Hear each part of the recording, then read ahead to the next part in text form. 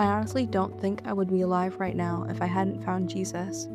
At 39 years old, Darnell Okra had stage 4 kidney disease, a fractured marriage, and little reason to hope as he sat in a jail cell. That's when he opened a Bible. 3 years ago, Darnell and his wife Anna began searching for what they believed to be the one true church. Satan was trying to sift us like wheat, said Darnell, and he was trying to keep us from learning about the Adventist faith. At first, they visited Catholic, Mormon, Baptist, and Pentecostal churches, but none of them felt right. Then, they were invited to an Adventist church. Worshipping on Saturday felt strange. No other church they had attended met on that day. Still, Darnell decided to give it a try. After that first church service, Darnell began attending Bible studies on Thursday nights, though he rarely went to church on Saturday. He was overwhelmed by stage 4 kidney disease, had gout in his hands, wrists, and feet, and was trapped in active addiction. He was exhausted. I was in pain, in addiction, and angry at myself all the time, he shared. I wasn't being obedient to the Lord, so I know I wasn't treating Anna right. When pain goes unaddressed, it spills over. One day, an argument with Anna escalated. A neighbor called the police, and Darnell was taken to jail, where he remained for 45 days on a $200 bond. During that time, there were no letters or phone calls between them.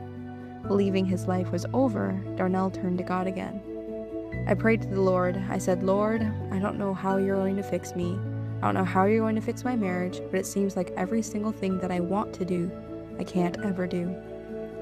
Each Wednesday, someone would come to the jail to lead Bible studies. Each prisoner was given a Bible during the meeting, then asked to return it afterward. One day, Darnell didn't. I don't know if it was the convict mentality inside of me or what, he said, but I took the Bible, put it in the waistline of the jail jumpsuit. Darnell gestured to his thigh, recalling how he slid the Bible under his pants.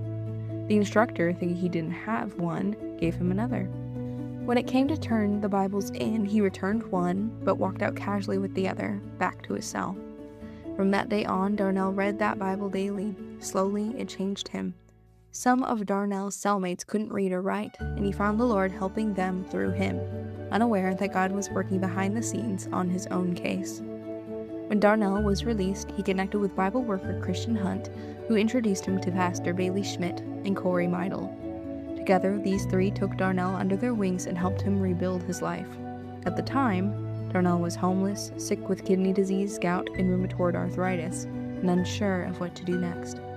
Christian and Bailey set him up on a new health plan. He stopped eating meat and, as he put it, switched to all greens. Gradually, his kidney function improved from 18 to 24%.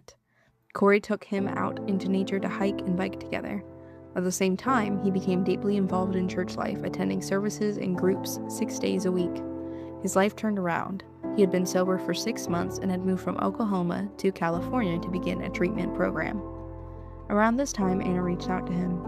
Anna remained in Oklahoma, stuck in the same exhausting cycle of drugs and alcohol day after day. I reached out to him, Anna said, and I said, I know you're out in California. Maybe I could go too.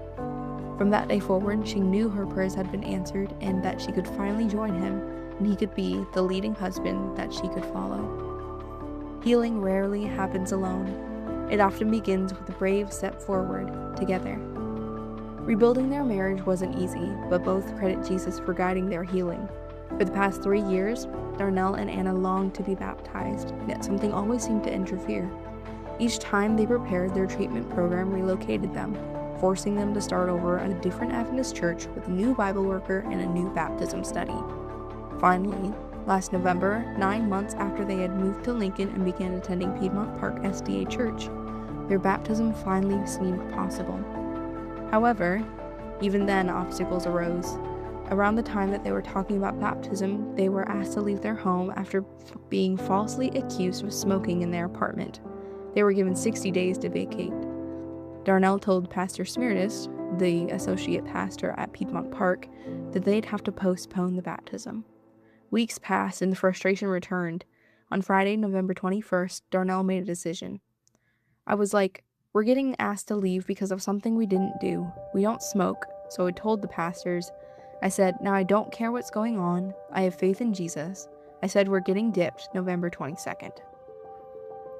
Although Pastor Smirtis wasn't sure the arrangements could be made so quickly, Pastor Halfhill, the lead pastor, Texted Darnell that night, "No, we're going to do this tomorrow." Standing by the water on Sabbath morning in church was both nerve-wracking and exhilarating for Darnell and Anna. He was worried about not being accepted because of their past, but this doubt was quickly erased when their church family welcomed them with open arms. For some, baptism is a ceremony. For Darnell, it was a line drawn between who he was and who Jesus was calling him to be. Darnell's early life was marked by instability. He grew up in a home where drinking, drugs, cussing, pornography, and physical abuse were the norm. Loving his neighbor wasn't in his rule book. God and church were absent from his childhood, and he saw things no 10-year-old should ever see. But now, with Christ, life looks very different and is the complete opposite of what he was taught growing up. Once Darnell's mornings were loaded with drugs, alcohol, and conflict. They are now stocked with prayer, Bible reading, with devotionals, and tea with Anna. They are also rebuilding their relationship with their sons day by day. He is growing closer to Jesus, building relationships with his church family, and dedicating his life to Christ. "I have more hope today than I've had in my whole life," he said. "I want to spend the rest of my life doing whatever the Lord wants me to do for him. I want to have a lasting legacy of something that has to do with Jesus Christ."